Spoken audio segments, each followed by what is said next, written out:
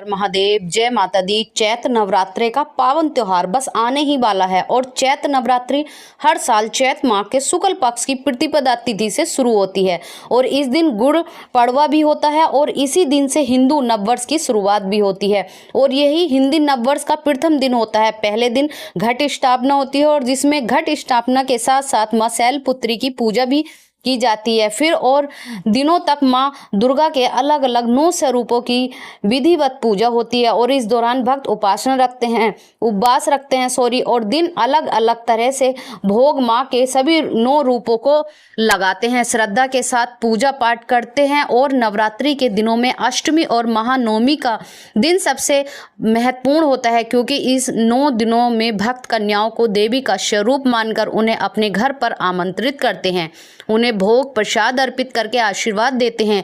तो आइए जानते हैं चैत्र नवरात्रि की सभी तिथि के बारे में।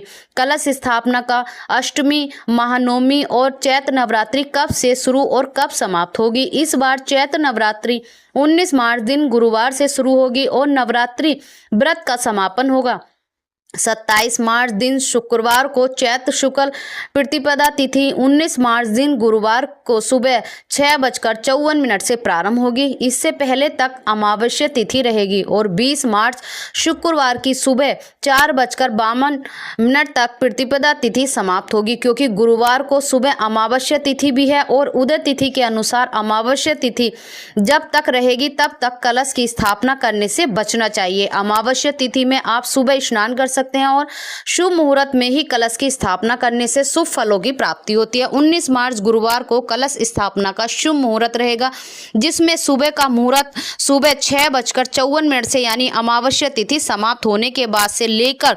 7:43 तक रहेगा। इसके अलावा दोपहर में 12:10 से 12:58 के बीच में आप कलश स्थापना कर सकते हैं जो कि अभिजीत मुहूर्त रहेगा। 19 मार्च गुरुवार की सुबह ब्रह्म मुहूर्त 4:58 से 5:46 तक का रहेगा। सूर्य उदय होगा सुबह 6:35 पर और इस दिन शुभ योग सुबह 4:01 तक रहेगा। बाद में शुक्ल योग प्रारंभ होगा। राहु काल दोपहर 1:30 से 3 बजे तक रहेगा। इस बार अष्टमी तिथि 26 मार्च गुरुवार को है और महानवमी तिथि 27 मार्च शुक्रवार को रहेगी। इसी के साथ नवरात्रि व्रतों का समापन होगा। तो मां भगवती के 9 स्वरूपों की पूजा करने के लिए इस बार चैत्र नवरात्रि में पूरे के पूरे 9 दिन प्राप्त होने वाले हैं जिसमें 19 मार्च गुरुवार को मां शैलपुत्री की पूजा होगी, 20 मार्च शुक्रवार को मां ब्रह्मचारिणी की, 21 मार्च शनिवार को मां चंद्रघंटा की और 22 मार्च रविवार को मां कोषमांडू की, 23 मार्च दिन सोमवार को मां स्कंद माता की, 24 मार्च मंगलवार को मां कात्यायनी की और 25 मार्च बुधवार को मां कालरात्रि की और 26 मार्च दिन गुरुवार को मां महागौरी की और 27 मार्च दिन शुक्रवार को मां सिद्धदात्री की पूजा होगी। बहुत से लोग नवमी तिथि के दिन की कलश विसर्जन कर लेते हैं, हालांकि 9 दिनों में पूरे 9 दिन और 9 रातों की पूजा करने के बाद कलश विसर्जन करना शुभ माना जाता है क्योंकि इस बार 27 मार्च शुक्रवार की सुबह 10:07 के बाद से 10वीं तिथि लग रही है। ऐसे में इन दिन आप शाम को सूर्यास्त से पहले ही चाहें तो कलश विसर्जन कर सकते हैं क्योंकि कुछ लोगों को कलश विसर्जन जल्दी करना होता है ताकि अगले दिन यदि कहीं घर में बाहर जाना हो या कोई आवश्यक कार्य हो तो वे कर सकते हैं। वैसे 28 मार्च दिन शनिवार को 10वीं तिथि सुबह 8:46 तक रहेगी तो इस दिन भी आप कलश विसर्जन 10वीं तिथि के अंदर कर सकते हैं।